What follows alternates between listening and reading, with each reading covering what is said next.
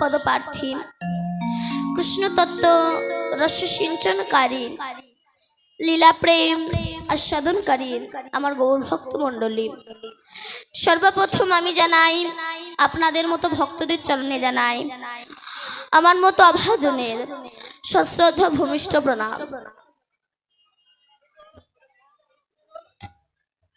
তারপরে প্রণাম জানাই আমার ভক্তিমতী মায়েদের শ্রী চরণে আমার ভক্তি অর্ঘ্যের পুষ্পাঞ্জলি। আজ আমি জানাদের জন্য আপনাদের মতো ভক্তদের সম্মুখে ভগবানের লীলা কথা বলতে পাচ্ছি।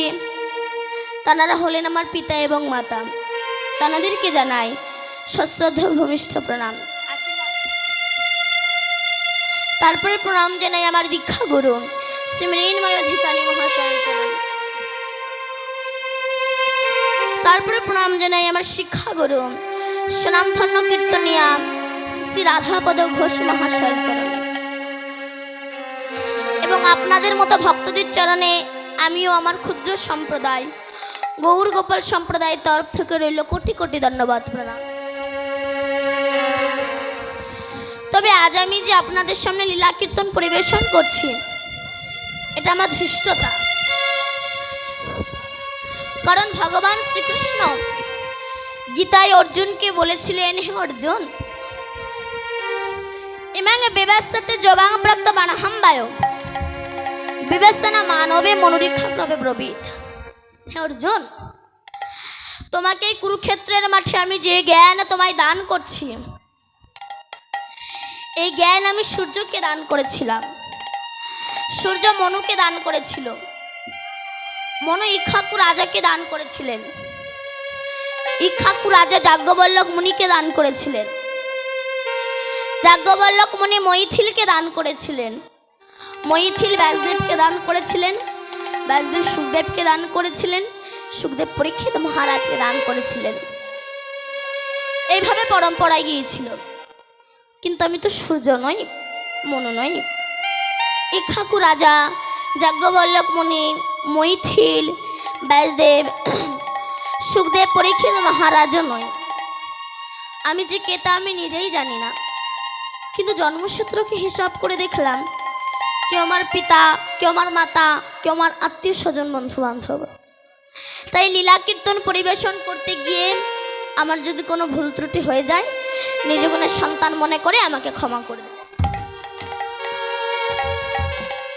নিতাই গৌর সীতানাথ ব্রহ্মানন্দে হরি জয় নিতাই। হে ভক্তমণ্ডলী এবং ভক্তিমতী মায়েরা, আজ এই লীলাটি আমরা আস্বাদন করব। এই লীলাটির নাম হচ্ছে নিধুবনে রাধা কৃষ্ণের মিলন। কলির প্রথম সন্ধ্যায় মানুষ যখন অমানুষ হয়ে যাবে, মানুষের নৈতিক চরিত্র, জ্ঞান, বিবেক, বুদ্ধি লোপ পাবে, মানুষের স্বভাব দেখে পশু পর্যন্ত লজ্জা পাবে, মানুষকে দেখলে চেনা যাবে না এ মানুষ না পশু, অমানুষ। কিছুদিন পরে দেখবেন পশু দেখতে চিড়িয়াখানায় যাওয়া লাগবে না, আমাদের আশেপাশে পশুরা সব ঘুরে বেড়াচ্ছে। কেন? এই কলি এমন একটা ভয়ানক বস্তু। এই কলিকালে বাবা মাকে ভাত দেবে না, দেখবেন কিছু কিছু ইয়ং ছেলেরা আছে, এরা বাবা মাকে প্রণাম করবে না, কিন্তু শ্বশুর শাশুড়িকে প্রণাম করবে। শ্বশুর শাশুড়িকে প্রণাম না করলে বইয়ের কাছে ঝাঁটা খেতে হবে।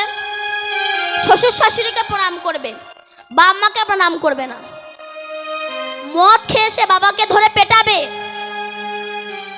শ্বশুরকুল সম্মান পাবে, কিন্তু পিতৃকুল সম্মান পাবে না। সিগারেট খেয়ে গুরুজনদের সামনে ধোঁয়া ছড়িয়ে দেবে। কেন? এই কলির তো প্রভাব। সে যত বড় জ্ঞানী গুণী হোক না কেন, কলি সবার মধ্যে আছে। কলি আসবে, কলি এসেছে। কেন? আমাদের চলন বলন কথাবার্তার পশু যা করে একটা মানুষ তাই করে। তাহলে মানুষের ডেফিনিশনটা কি? মানুষ কাকে বলে? মানুষের সংজ্ঞা কি? মানুষের করণীয় কি, মানুষ পশুর মধ্যে ডিফারেন্সটা কি, তফাৎ কি, এটাই তো মানুষ জানে না। শুধু এলাম, খেলাম, দিলাম, চলে গেলাম, হয়ে গেল। এটা মানুষের করণীয় না, এটা পশুর, এরা পশুর সংসার, পশুর করণীয় মানুষ করছে। তাহলে মানুষ পশুর মধ্যে তফাৎ কি রইল? কুকুর খায়, মানুষ খায়, কুকুর ঘুমায়, মানুষও ঘুমায়, কুকুরের সন্তানাদি হয়, মানুষের সন্তানাদি হয়। কুকুরের গায়ে রক্ত লাল, মানুষের গায়ে রক্ত লাল। তাহলে সে কুকুর, আমি মানুষ কেন? বিচার করতে হবে না? সে কুকুর, আমি মানুষ কেন? বলছে কুকুরের আত্মতত্ত্ব বিচার নেই, কিন্তু মানুষ এর আত্মতত্ত্ব বিচার আছে। তোমার আত্মতত্ত্ব বিচার থাকা সত্ত্বেও তুমি যদি হরি ভজন না করলে, তোমাকে কুকুর বললেও কোনো যায় এসে যায় না। কেন? মনুষ্যকুলে জন্মগ্রহণ করেছ হরি ভজন করার জন্যে, এসে ভুলে গেলে কুকুরের সমতুল্য হয়ে গেল। এই জন্য এখান থেকে 150 বছর আগে স্বামী বিবেকানন্দ ইনি গ্রাজুয়েশন পাশ করেছিলেন। ইনি তো মনে করতে পারতেন আমি গ্রাজুয়েশন পাশ করেছি, রামকৃষ্ণদেব মূর্খ, আমি ওনার সঙ্গ করব না, তবে ওনাকে বিয়ে পাশ হয়ে বসে থাকতে হতো। কিন্তু উনি অহংকার মঞ্চে না বসে শ্রী শ্রী রামকৃষ্ণ পরমহংসদেবের সঙ্গ করেছিল বলে সারা বিশ্বের কাছে তিনি স্মরণীয়, বরণ এবং পূজনীয় হয়ে আছেন। শ্রী শ্রী রামকৃষ্ণ পরমহংসদেবের আশীর্বাদ মাথায় নিয়ে শিকাগো শহরে গিয়ে বলেছিল, গর্ভের সহিত বলছে আমি হিন্দু। যে হিন্দু কথাটা বলতে আমাদের হিন্দুদের লজ্জা লাগে। আমি গর্বিত যে আমি সনাতনী, আমি হিন্দু। স্বামী বিবেকানন্দ এই কথাটা গিয়ে বলেছিল। সে দেশের ব্যক্তিরা বলেছিল, একটা বিদেশি সন্ন্যাসী এসে আমাদের ধর্মকে অপমান করে যাবে। তাই সে দেশের ব্যক্তিরা বলেছিল, আচ্ছা স্বামীজি, আপনি তো বলছেন আপনাদের ধর্ম সবচেয়ে বড়, তা বলুন তো স্বামীজি, পৃথিবীতে যত যত গ্রন্থ আছে কোন গ্রন্থ সবচেয়ে বড়? স্বামীজি বুঝে নিয়েছিলেন আমাদের ধর্মকে ছোট করার ষড়যন্ত্র একটা জাল বিস্তারিত করা হচ্ছে। তাই তিনি বললেন, আমি মুখে বলতে পারবো না, টেবিলে সব গ্রন্থগুলো রাখো, আমি দেখে বলে দিচ্ছি। সে দেশের ব্যক্তিগণ হিন্দু ধর্মকে ছোট করার জন্যে হিন্দু ধর্মের গীতাকে সবার নিচে দিয়ে তার উপর সমস্ত শাস্ত্র গ্রন্থ রেখে দিয়েছে। স্বামীজি হেসে বলছে, বিচার তো আপনারা করেই রেখেছেন। কেন? বলে গীতা যদি নিচে থাকে গীতাই বড় হবে। কেন? বলে ভার যে সইতে পারে সেই তো বড় হয়। ভিতরে আমার গীতা দাঁড়িয়ে আছে, তার ওপরে আপনি আছেন। ভিত যদি শক্ত হয়, বাড়ি 4 তলা করো 5 তলা করো অসুবিধা নাই, কিন্তু ভিত যদি কাঁচা হয় বাড়ি ঠিক থাকবে না। তদ্রূপ ভিত রূপে আমার গীতা দাঁড়িয়ে আছে, তার ওপরে আপনি আছেন। আমার গীতাকে নিচ থেকে টান দিলে আপনি পড়ে যাবেন। গীতা আছে তাই আপনি আছেন, তদ্রূপ হিন্দু ধর্ম আছে তাই সমস্ত ধর্ম আছে। কিসের দ্বারা বলেছিল? বিয়ে পাশের দ্বারা নয়, বিয়ে পাশের শক্তিই নেই, বিয়ে পাশের দ্বারা নয়, শ্রী শ্রী রামকৃষ্ণ পরমহংসদেবের আশীর্বাদের দ্বারা শিকাগো শহরে গিয়ে বলেছিল, গর্ভের সহিত বলছি আমি হিন্দু। তাই বললেন, এসে হরি ভজন করো। কেন হরি বলবো? বলছে হরি ভজন করলে চেতা দর্পণ মার্জনম ভব মহাদাবাগ্নি নির্বাপনাং স্বকৈরাব চন্দ্রিকা বিতারান বিদ্যাবধূ জীবনাং আনন্দ বুদ্ধিবর্ধনাম প্রতিপদং পুণ্যামৃত সদান সর্ব আত্মস্পয়নাং বিজয়তে শ্রীকৃষ্ণ চৈতন্য হরিনাম সংকীর্তন। হরিনাম করো, হরিনাম করলে তোমার চিত্তরূপ দর্পণ মার্জিত হয়ে যাবে। যখন চিত্তরূপ দর্পণ মার্জিত হয়ে যাবে, হৃদয় মন্দিরে ভগবানকে দেখতে পাবে। এই জন্য মহাজন বলছে কত বিদেশি কৃষ্ণ ভজে গেল, কত পশু কৃষ্ণ ভজে গেল, কিন্তু আমার মতো ফার্স্ট ক্লাস পশু এরা হরি ভজন করে না। তাই মহাজন কত আক্ষেপ করে বলেছে, হেমন কি লাগি আইলি ভবে, এমন জন্মে হরি না ভজলি সে তুই মানুষ কবে। আমরা মানুষ বলে পরিচয় দিই, মানুষের সংজ্ঞা জানি না। মানুষ কাকে বলে? চরিত্র যদি পবিত্র হয় তবেই তাকে মানুষ হয়। মানুষ কাকে বলে এটা যদি প্রকৃত মানুষ জানতো, তবে একটা মানুষ আর একটা মানুষের সঙ্গে কুকুরের মতো ব্যবহার করতে পারতো না।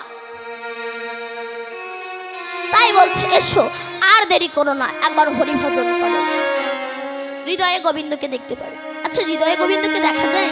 হ্যাঁ, দেখা যায়। কেমন না? যেমন আয়না। আচ্ছা, এখানকার মায়েদেরকে আমি বলছি একটু শান্ত হন তো। এত কথা বললে কি কীর্তন করা যায়? একটু শান্ত হন। ছোট জায়গা তো। যে রাধে শুধু ভক্তমণ্ডলীর কাছে বিশেষ নিবেদন, লীলা কীর্তন চলাকালীন দয়া করে আপনারা কেউ কথা বলবেন না। কথা বললে কীর্তন পরিবেশন করতে খুবই অসুবিধা হবে। আর প্রত্যেক মায়েদের বলবো, আপনারা একটু সামনের দিকে একটু কষ্ট করে একটু আগিয়ে আসুন, আরও পিছনে যারা আছে তারা যেন বসতে পারে। মায়ের একটু আগিয়ে আসুন, একটু আপনারা সবাই মিলে আগিয়ে আসুন, যাতে আর অন্যান্যরা যারা দাঁড়িয়ে আছেন একটু যেন বসার সুযোগ পায়। আর দয়া করে কেউ কথা বলবেন না, আপনাদের চরণ ধরে বলছি, দয়া করে কেউ কথা বলবেন না। রাধে না, যেমন আয়না, আমাদের মুখ দেখার যে আয়না পাওয়া যায়, ওই আয়নায় যদি ময়লা পড়ে থাকে নিজের মুখ কি দেখা যাবে? না। কি করতে হবে? মাজুন মেজে ধুয়ে ফেলুন, তখন নিজের মুখ দেখতে পাবেন। তদ্রূপ আমাদের চিত্তরূপ দর্পণে আয়নাইতে অনাদিকাল হতে অনেক অজ্ঞানতার অহংকার ময়লায় পরিপূর্ণ হয়ে গেছে। এখন কি করবেন? বসে বসে কৃষ্ণ নাম দিয়ে মাজুন, মেজে চোখের জলে ধুয়ে ফেলুন, তখন হৃদয় মন্দিরে ভগবানকে দেখতে পাবেন। কেমন? পূর্ণিমার আকাশের চাঁদ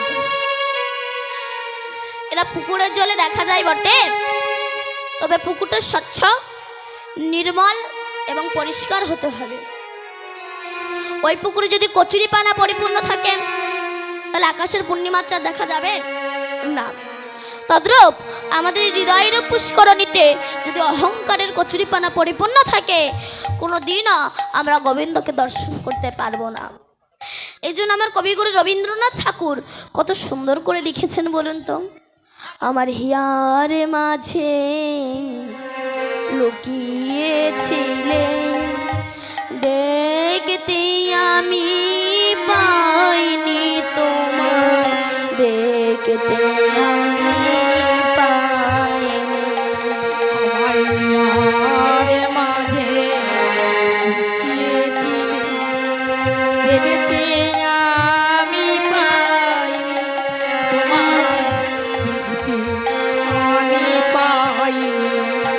আমার হিয়ার মাঝে লুকিয়েছিলে দেখতে আমি পাইনি তোমার, দেখতে আমি পাইনি। আমার হিয়ার মাঝে লুকিয়েছিলে দেখতে আমি পাইনি তোমার, দেখতে আমি পাইনি। বাহিরে পানি চোখ মেলেছি, বাহির পানি আমার হৃদয় মানে চাইনি। আমার হিয়ার মাঝে লুকিয়েছি দেখতে আমি পাইনি তোমার, দেখতে আমি পাইনি। সকল ভালোবাসা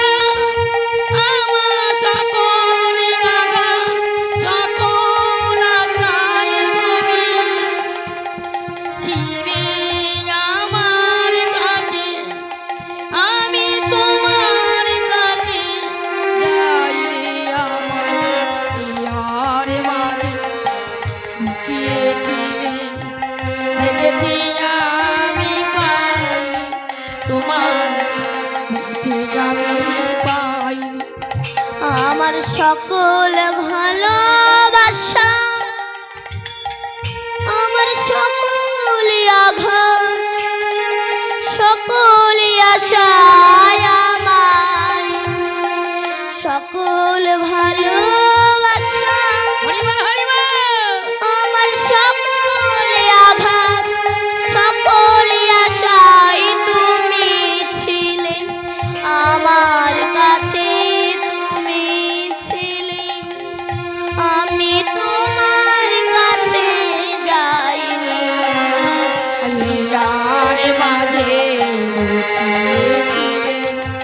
দেখতে আমি পাই তোমার, আমি পাই, আমি দেখতে আমি পাইনি।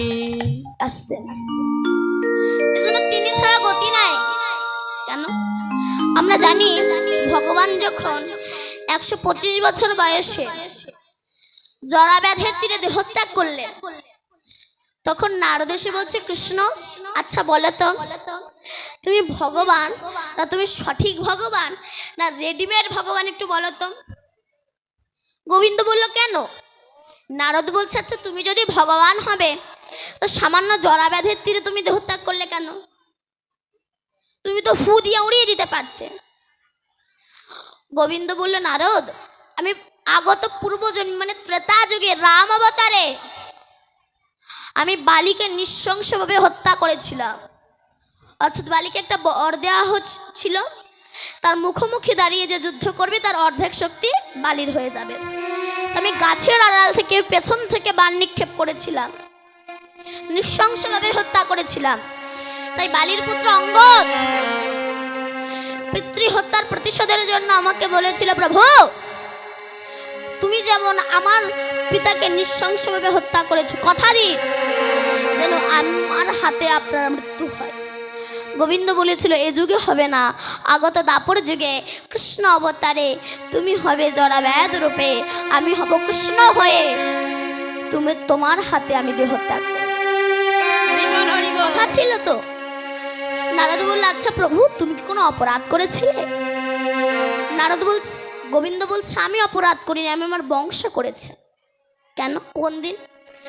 একদিন রাস্তায় কৃষ্ণের ছেলেরা সব খেলা করছে, আর ওই পথ দিয়ে সমস্ত মুনি ঋষিরা যাচ্ছিল। এমন সময় কৃষ্ণের একটা ছেলে আর একটা ছেলে শাম্বককে ডেকে বলছে, তুই তো মেয়েদের মধ্যে দেখতে, শোন তোকে মেয়ে সাজিন।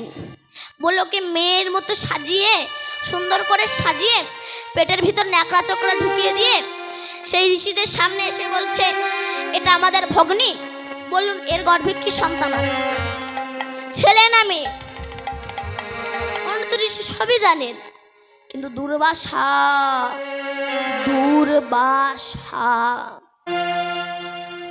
আই সরে যা, কিছুতেই শোনে না। না তুমি বলে দাও আমার গর্ভে কি সন্তান আছে। তখন দুর্বাসা অভিসম্পাত করলো, যা তোর গর্ভে যা আছে তা তোর বংশ ধ্বংস হয়ে যাবে।